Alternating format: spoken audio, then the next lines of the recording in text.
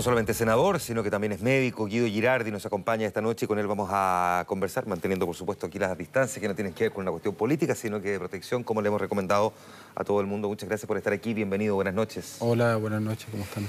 Hemos conversado harto mientras estábamos en comerciales, senador. Yo le he visto varias entrevistas, lo he leído. Usted es un hombre que ha estudiado muchísimo este tema, así que déjeme hacerle, tengo hartas preguntas que formularle, pero le voy a hacer probablemente la pregunta que nadie quisiera hacer. ¿Cuál es el peor escenario que enfrenta Chile hoy con el coronavirus?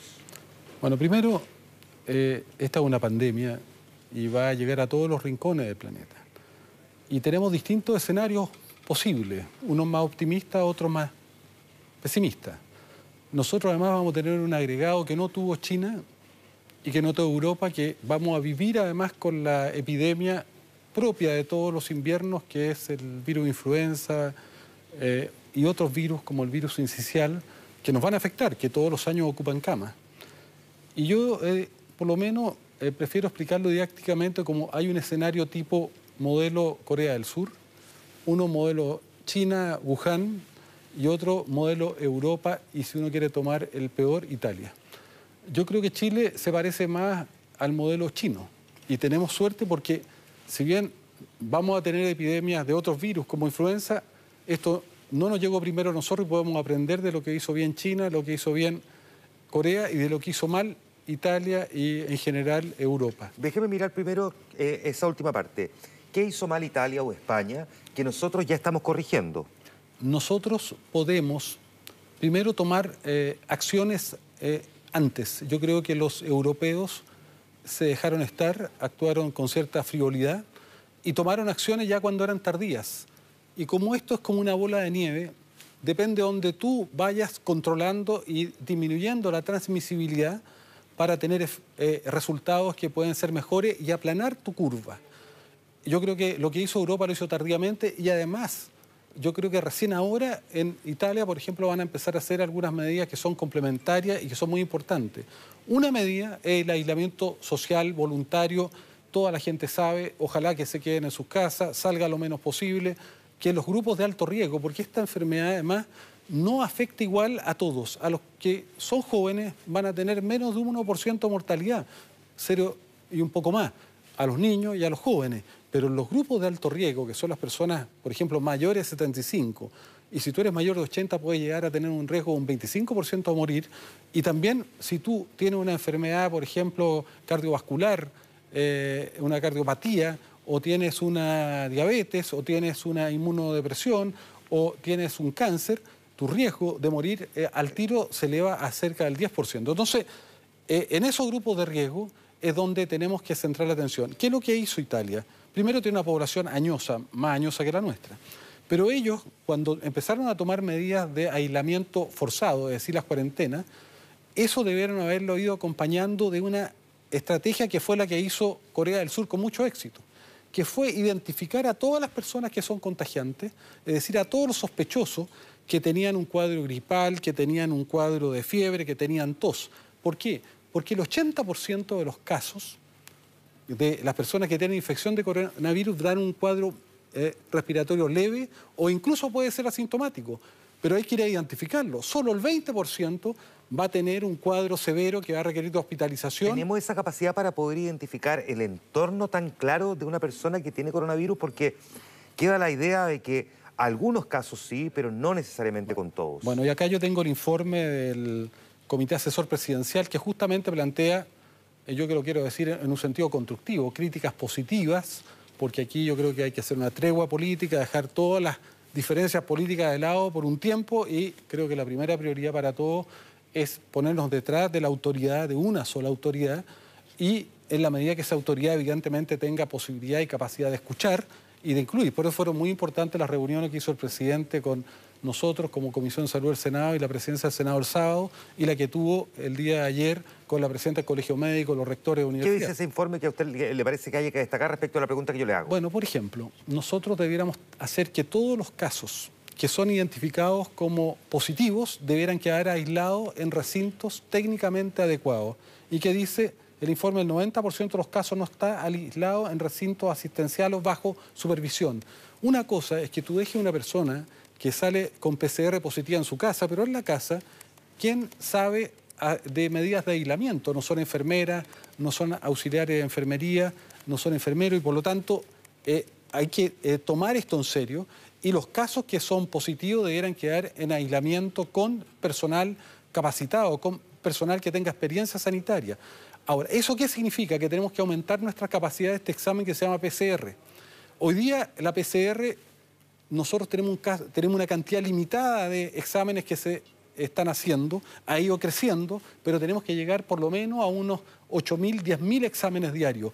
Para eso tenemos que decirle a todas las personas que, por ejemplo, puedan tener un resfrío o que puedan tener fiebre, que intenten acceder a hacerse este examen. Para eso tenemos que señalar cuáles son los distintos lugares. ¿Pero eso no amplía la posibilidad de riesgo de contagio al mismo tiempo? Es que en la medida que tú lo hagas bien y en la medida que tengas ¿Qué sería hacerlo bien? Tener muchos puntos, que las personas puedan avisar previamente que van a ir, que se les dé ¿Tenemos la capacidad logística para tener muchos puntos? Yo creo que sí. Y lo importante, ¿por qué es muy relevante identificar a estas personas? Son los contagiantes. Y yo además quiero plantearle al gobierno, y se lo planteamos al presidente de la República, que es muy importante que este examen sea gratuito.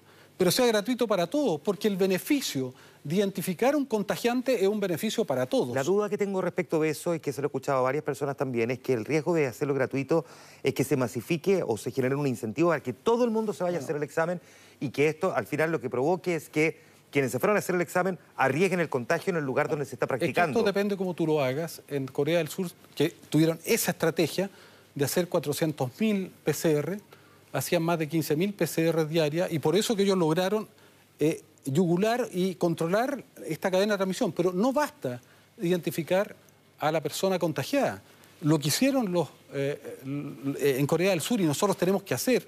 Yo le propuse al presidente que hiciera un convenio con las escuelas de medicina, de la Chile, la Católica, de las USACH, de las privadas, es que los estudiantes de medicina fueran voluntarios. ¿Para qué? Una vez que tú tienes a la persona que sabes que tiene una PCR positiva, es decir, que está contagiado. Ya, pero eso me está llevando al después. Usted está planteando que todo el mundo puede hacerse el examen de forma gratuita y el riesgo que tengamos es que las filas sean más largas que las que vimos hoy día esperando la locomoción colectiva y el riesgo de contagio sea todavía mayor. Bueno, pero yo creo que no toda la gente tiene síntomas de resfrío y fiebre. Eso depende de cómo el sistema... Pero cualquier persona dice, mira, tengo la sospecha de que yo estuve en contacto con alguien, voy a ir a hacerlo. Y si uno lo va multiplicando, por eso es que está ese temor.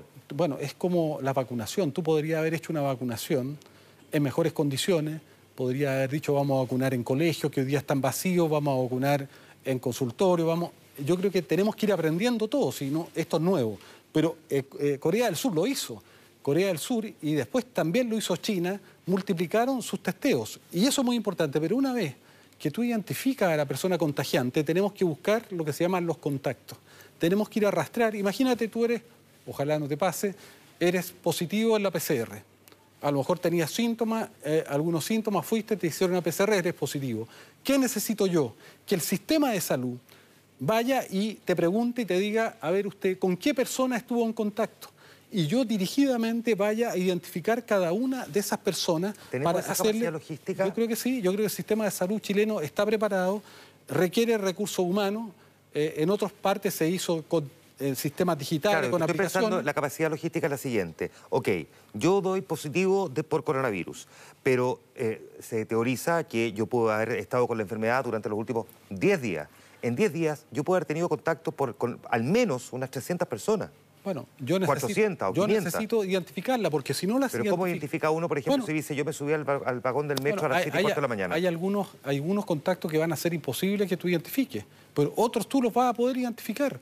Y a esas personas tú les tienes que hacer el test de PCR y dejarlos en cuarentena. Ahora, ¿qué es lo importante? Que si yo tengo un caso sospechoso que está confirmado, a los que estuvieron en contacto con él y que por lo menos puedo identificar, los tengo que cuarentenar. Por eso que es importante, por ejemplo, que tengamos la posibilidad de que existan instrumentos de protección para esas personas, por ejemplo, que tengan licencia. Esta idea que usted está planteando no ha sido adoptada todavía, entonces, por la autoridad. Yo pienso que se está progresivamente implementando. De hecho, si yo te leo el informe de este grupo asesor, dice, por ejemplo, hay al menos 100 casos en los que no se ha completado la investigación de contacto. O sea, la propuesta del Comité Asesor Presidencial, de que son los expertos chilenos, justamente están proponiendo eso. ¿Por qué? Porque si tú logras avanzar en medida de aislamiento social, que ya pueden ser voluntarias. Y a lo mejor vamos a tener que ir aislando progresivamente, haciendo cuarentenas progresivas. Yo creo que no hay que hacer cuarentenas totales. ¿No sirven? Porque No. mucha gente la está pidiendo. Sí, yo sé que mucha gente la está pidiendo, pero yo ¿Pero por qué no sirven? A ver. Yo quiero ponerle el ejemplo de China.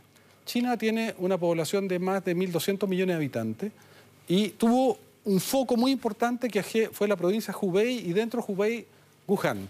Ellos no cuarentenaron todo China, aquí hicieron una cuarentena muy estricta en los lugares donde había aumento de casos y donde se estaban Por lo tanto, exportando. hoy día, por ejemplo, una cuarentena en la región metropolitana no tendría una efectividad. No, yo creo que, por ejemplo, justamente, si uno tuviera que pensar en una cuarentena progresiva, ¿dónde está el 60% de los casos de Chile? Están en la región metropolitana, tú lo mostraste. Sí. El 10% está en Ñuble, hay un 6% que está en Biobío y hay un 5% que está en Araucanía.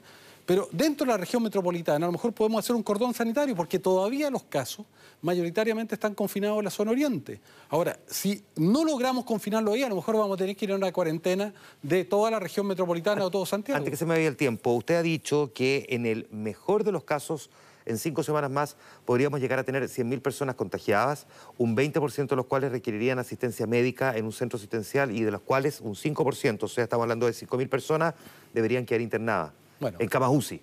¿Cuántas camas UCI tenemos en Chile hoy? Bueno, el modelo Wuhan, si uno extrapolara lo que pasó allá y nosotros tomáramos medidas que fueran tan eficientes y las complementáramos con algunas medidas que tomó Corea del Sur, que justamente son perseguir a los contagiados, hacerle PCR a los positivos, confinarlos, aislarlos en condiciones adecuadas y luego ir a la búsqueda y rastreo de todos los contactos y a todos los contactos hacerle PCR. Y si hiciéramos eso bien y tuviéramos cuarentena y pudiéramos tener licencia médica para todas las personas que estamos cuarentenando, cosa que no estamos haciendo, yo digo, hay un escenario optimista, pero que igual es malo, es tener cerca de 100.000 personas contagiadas.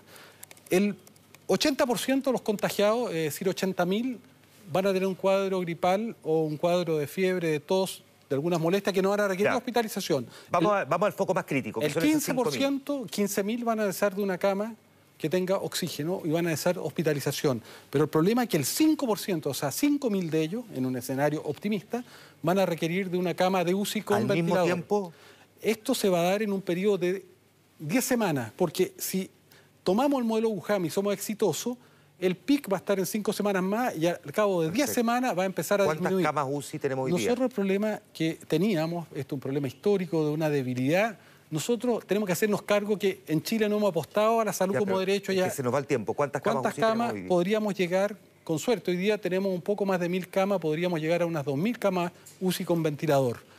Eso significa que, de todas maneras, en el escenario, diría, más adecuado, nos faltarían camas. Pero, ¿por qué es importante todas estas medidas y por qué Chile tiene Esa proyección que usted hace, perdón, ¿es una proyección suya o es la proyección que hace el gobierno? Yo pienso que el gobierno ha publicado proyecciones que son parecidas a esta. Incluso en algún momento el gobierno habló de mucho más. Habló, en el Mercurio salió publicado que estaban hablando del 10% de la población infectada. Eso significa no 100.000 casos, sino 1.900.000 personas infectadas. Ese otro escenario, y yo digo, no podemos llegar a otro escenario, porque nos pasaría lo que le está pasando a Italia. Y yo creo que se puede evitar esta catástrofe que está viviendo Italia, que tiene miles de personas que tienen necesidad de UCI y los médicos tienen que decir quién muere y quién vive. Y por eso que son tan importantes estas medidas que estamos planteando, que son justamente para evitar tener que llegar a esa situación. El senador Guido Girardi conversando con nosotros en Mega Noticias. Muchas gracias, Una senador. última cosa. Hoy día aprobamos un proyecto de ley que va a obligar a las clínicas